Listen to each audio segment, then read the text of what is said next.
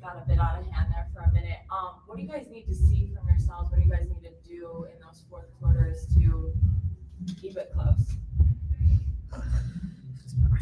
Shoot, we gotta play better.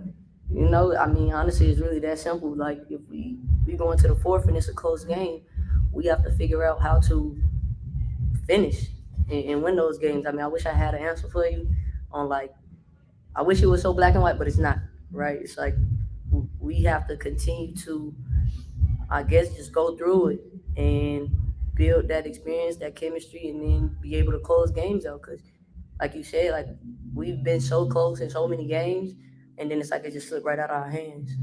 Yeah, is there something like, because even in the Lynx game when you're that close, like is experience the only way to get to that other side, or I genuinely think so. I think it's being in those battles and figuring out ways to just push through. And I think experience is that best teacher.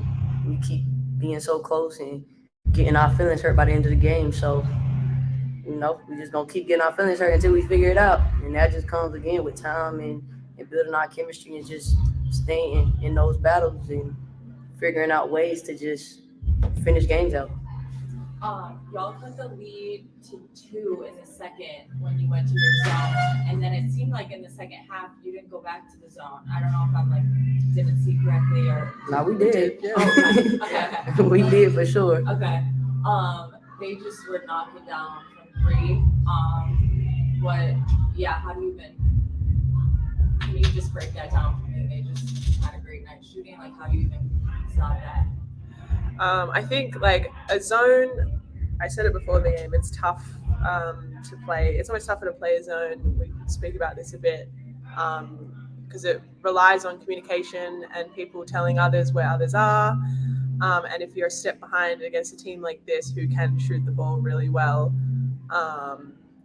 they're going to get open looks. And I think our zone in the second half, they just got too many open looks. And they moved the ball really well and kind of picked it apart a little bit. So it's tough to play a zone when the ball's moving a lot and they've got knockdown shooters lined up across the 3.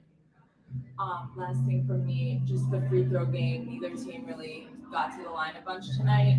Do you feel like that was you guys were aggressive enough getting to the rim, or was it just one of those games where officials are not sending y'all there? Girl, I don't get to the free throw line, so I can't even answer a question like that. I barely get to the free throw line.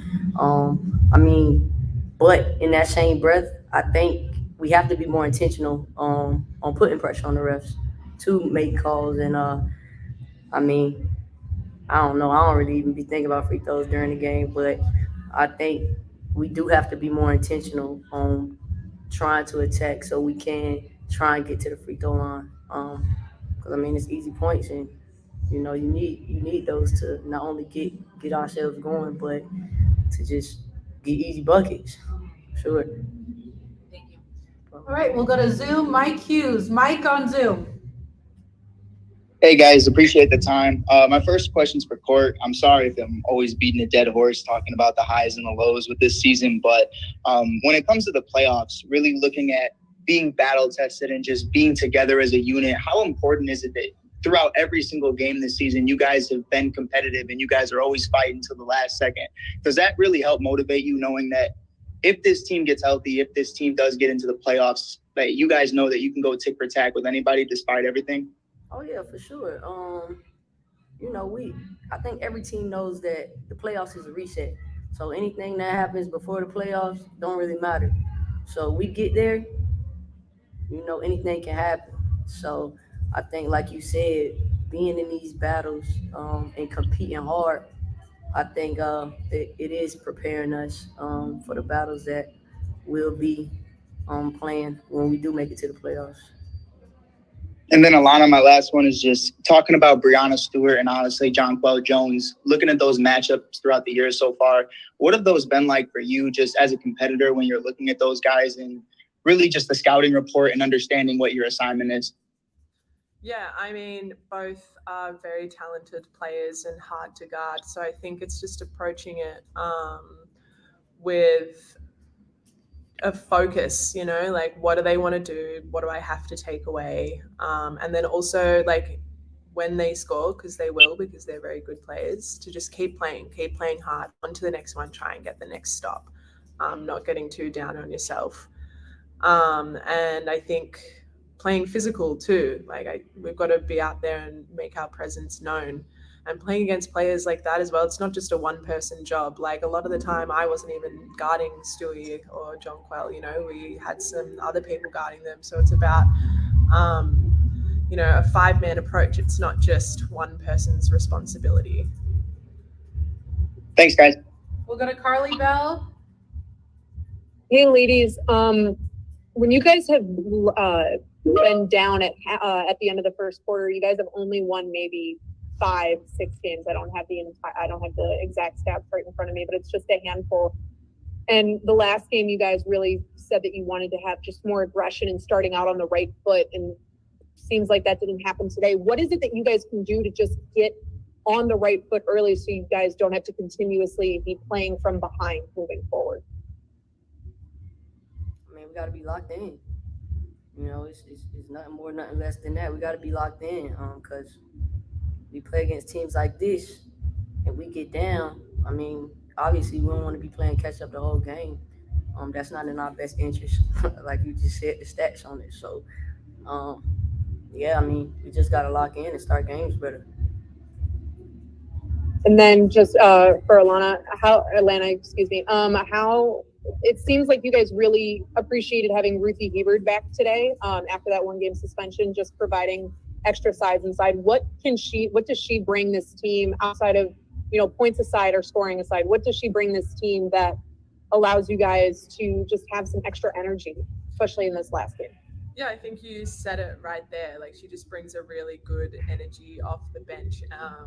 Not only just like physical, like getting up and down and getting rebounds and getting stops and stuff, but also just like the intangible stuff, like really positive energy. Like she's a really positive teammate.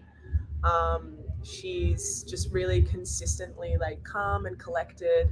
And she's the first one to encourage you when you do something good, and she's the first one to pick you up when you've done something bad. So I think like massive hats off to Ruthie, especially just like what she's been able to do. Like, she was pregnant, she had a baby, she's come back and she's having this impact, and also just like her mental's so good. Like it's huge for us. Like that is huge for us to have that on our side. So yeah, we're super happy for Ruthie and how she's doing, and just want her to continue being her.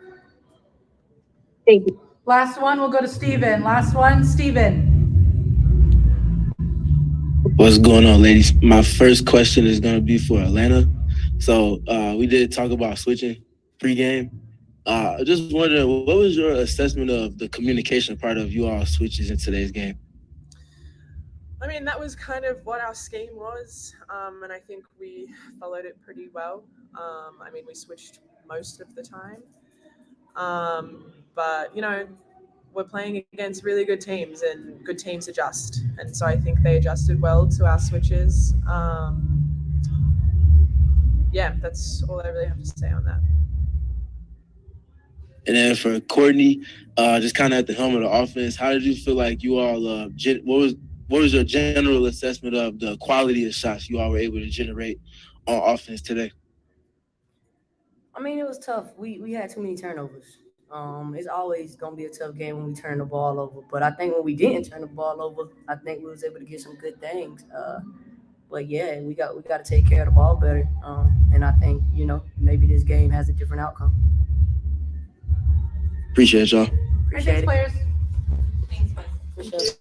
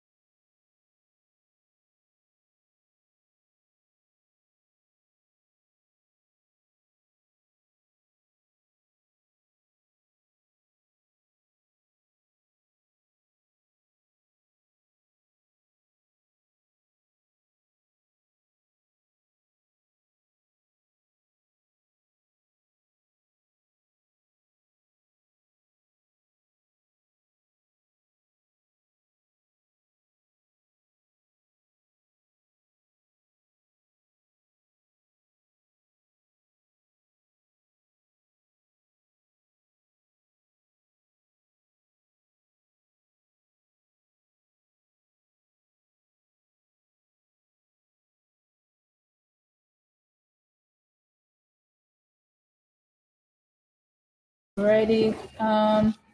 We'll start with in-person questions. So these fourth quarter deficits that you guys have struggled to overcome, what do you need to see from your team in these final 10 minutes of games to close these games out? Well, I talked I talked about it before. It was we don't have a big, you know, we can't tolerate a lot of mistakes with the team that our margin of error is so small. And when we make mistakes, it seems like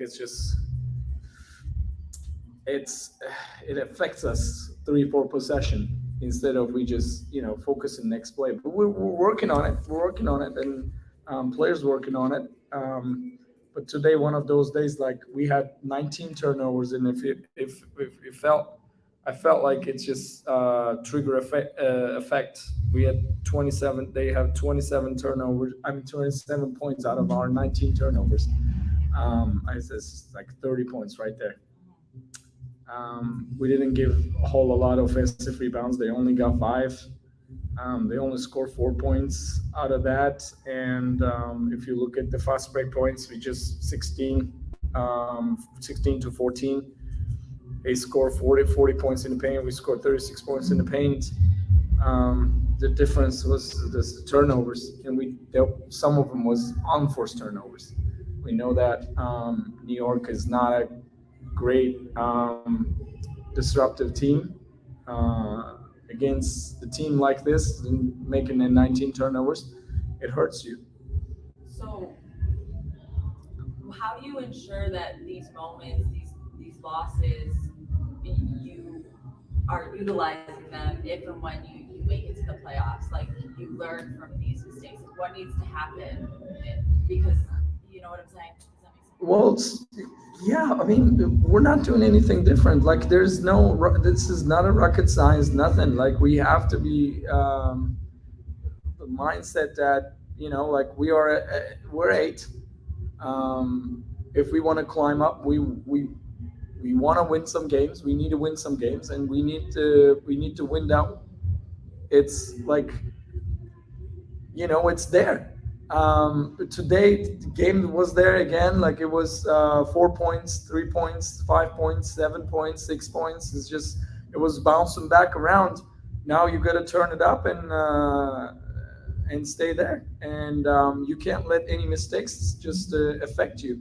Again, 19 turnovers, it hurts you. 27 points, and now we're gonna clean it up and talk, talk through, and get better, because very winnable game ahead of us, Washington. So we have to pull that one now. 2 more quick ones for me. 8 for 9 from the free throw line. Were you content with your team's aggressiveness getting to the rim? Was that just like a game where officials weren't calling a ton? Like, what is your? No, I think officiating was on point today. They miss here and there a couple of calls, but it's normal. It's both sides is missing there. But I think they were focused and they were good, and we just weren't aggressive enough. We didn't turn the corner. Actually, we were able to score 73 points. It's not too bad. We just weren't aggressive enough to get free throws. That's all. And then you talked earlier about still having 11 games left in the season to climb, the race and not feeling, or climb the standings and not feeling pressure by this moment. Is that you still feel there's time? There's nothing else you can do. Like, we're just gonna focus for the next game. That's all we can do. We're gonna clean up some stuff. We're capable of winning games. We have a good group of players that can win the games. We just need to get it together and win the next one. That's all. That's all we need to do. We'll go to Carly Bell on Zoom. Carly. Hey, Coach. The last game you really said that the reason that you guys lost to Minnesota was not starting out on the right foot with aggression. How would you evaluate the start of this game, and is there anything that you guys can do to stop playing from behind? You guys have only won maybe 5 or 6 when you guys have been playing from behind. It's a great point. We gave up 28 points, and we weren't disruptive enough. We didn't get a whole lot of stops, which we score out of those stops, because that's where we emphasize in getting stops and convert to the other side. We weren't on point at the beginning of the season, beginning of the game, like we did in Minnesota. Now I think we need to more pay attention to that. We need to come up with the mindset that, first quarters matters. So you're right. I mean, that's a great point. Yep, we need to get better at it. Immediately starts from tomorrow. And then it seemed like in Minnesota, you guys really missed having Ruthie Wiebert and having her back today. Although like the points may not show anything, it looks like you more so missed her size inside and her ability to just stop second and third chance opportunities for the opponent. What can you just say about her growth this season with everything that she's gone through and still having a massive impact? Yeah, massive impact. I mean, coming off the bench, we just actually talked about her in the locker room. She got the belt, which is she was very disruptive. She got 2 steals, 1 deflection, and 1 block shot, and along with the 8 points and 6 rebounds and 2 assists. Actually, that's a very good minute coming off the bench. 13 minutes she played. That's why she taking more times, playing more minutes. If she's keeping effective for us like this, of course we're gonna utilize her more. And she was doing the right things today on the court. So I'm so happy for her. Thank you. Thanks, Coach. Yeah. Thank you, guys. Thank you, everyone, for joining.